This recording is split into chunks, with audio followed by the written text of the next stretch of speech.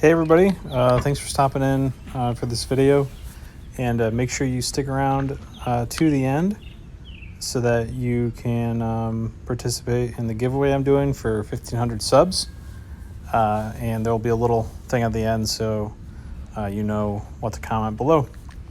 But basically in this video I just want to talk about what lures have been really good for me this year, and I'll start with the pinky toe worm. This has been a key lure for me in more than one tournament where it's helped me finish out a limit. And in my most recent tournament, it was the only thing that could get bit. But it's a pretty versatile, soft plastic, and I've had a lot of luck with it outside of tournaments as well.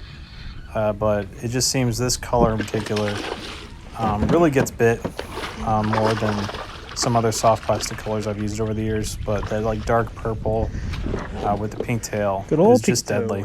Coming in clutch. It's a color I've always been fond of, and it works really well Texas rigged.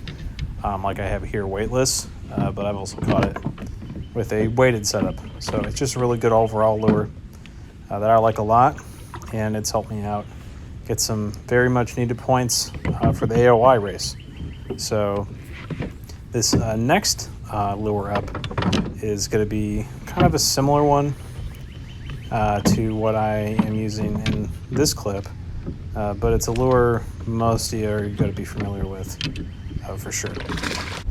Next up is, no surprise, the Cinco. I've had success with this wacky rigged, I've had success with this Texas rigged, and it's one of those lures that it's never my favorite lure to use, and it's definitely not a big fish lure, at least it hasn't been for me. With the exception of the clip I'm showing, where it caught me the big fish with my tournament day. And outside of that, I don't think I've caught one much over 16 inches on a Cinco. Definitely not in Ohio. But I will say it's the most consistent bait in tough conditions. At least it has been for me. Particularly this kind of weather. It's been really good for me. Oh, it's a swamp donkey. There's kind of like a storm on the horizon, and they're not quite wanting to hit a moving bait at the time. That's what we came here for. It's worked really well. More than one tournament with bad weather this year. Yes, sir. And it's helped me get 2 second places and then a first place at the losing him. La Suan 1 lure tournament. So it's probably been, I don't know, probably my second most important lure of the year, if I had to like measure them all out. And it's definitely caught me probably half my bass for the year, but a lot of them were small. So it's not been that big fish getter, but it's helped me close out some wins. And I wouldn't be in the standings where I'm at without it this year. And it's a lure I really never used growing up at all. So it's kind of interesting. It's kind of everyone's standard, and it's only just recently I'm not going to weigh it just because it kind of entered my rotation. See ya. Next up, and this should be no surprise to anybody that watches my channel, probably the lure that's had the most impact on this season for me has been the spinnerbait. In particular, the gray baitfish spinnerbait. You'll often see me linking in my videos. That particular spinnerbait has caught my kicker fish in multiple tournaments. Something about that color in Ohio has just been really good. It was what I was throwing a lot to start the year, despite it being kind of my spinnerbait to throw in the summer. It's just been consistent all year, and it's caught me a lot of fish, and it's caught me a lot of big ones. I've caught several fish over 18 inches on this particular spinnerbait this year. It caught me my big fish at East Harbor, my big fish at this tournament you're seeing here. It caught me my big fish at Maumee Bay, and it's just been a consistent lure.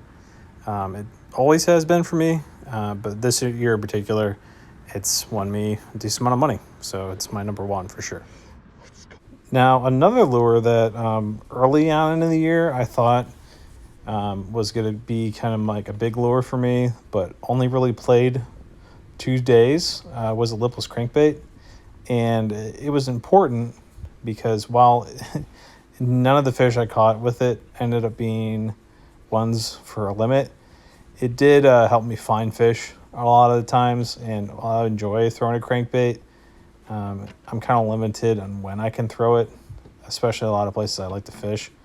It definitely tapers off later in the year just for the sheer amount of grass a lot of the places that I fish. So it's been a good lure for me, only twice, but the one day it was good. I think I caught a dozen on it, so I had to mention it at least. Last up, and now this lure has been better for me overall than a lipless. That's a bladed jig. And while I haven't caught a ton of fish on a bladed jig this year, I did catch my biggest bass of the year on one when I was down in Tennessee. And I've caught some fish here and there on it outside of that, but it hasn't really played for me this year, with the exception of Chickamauga.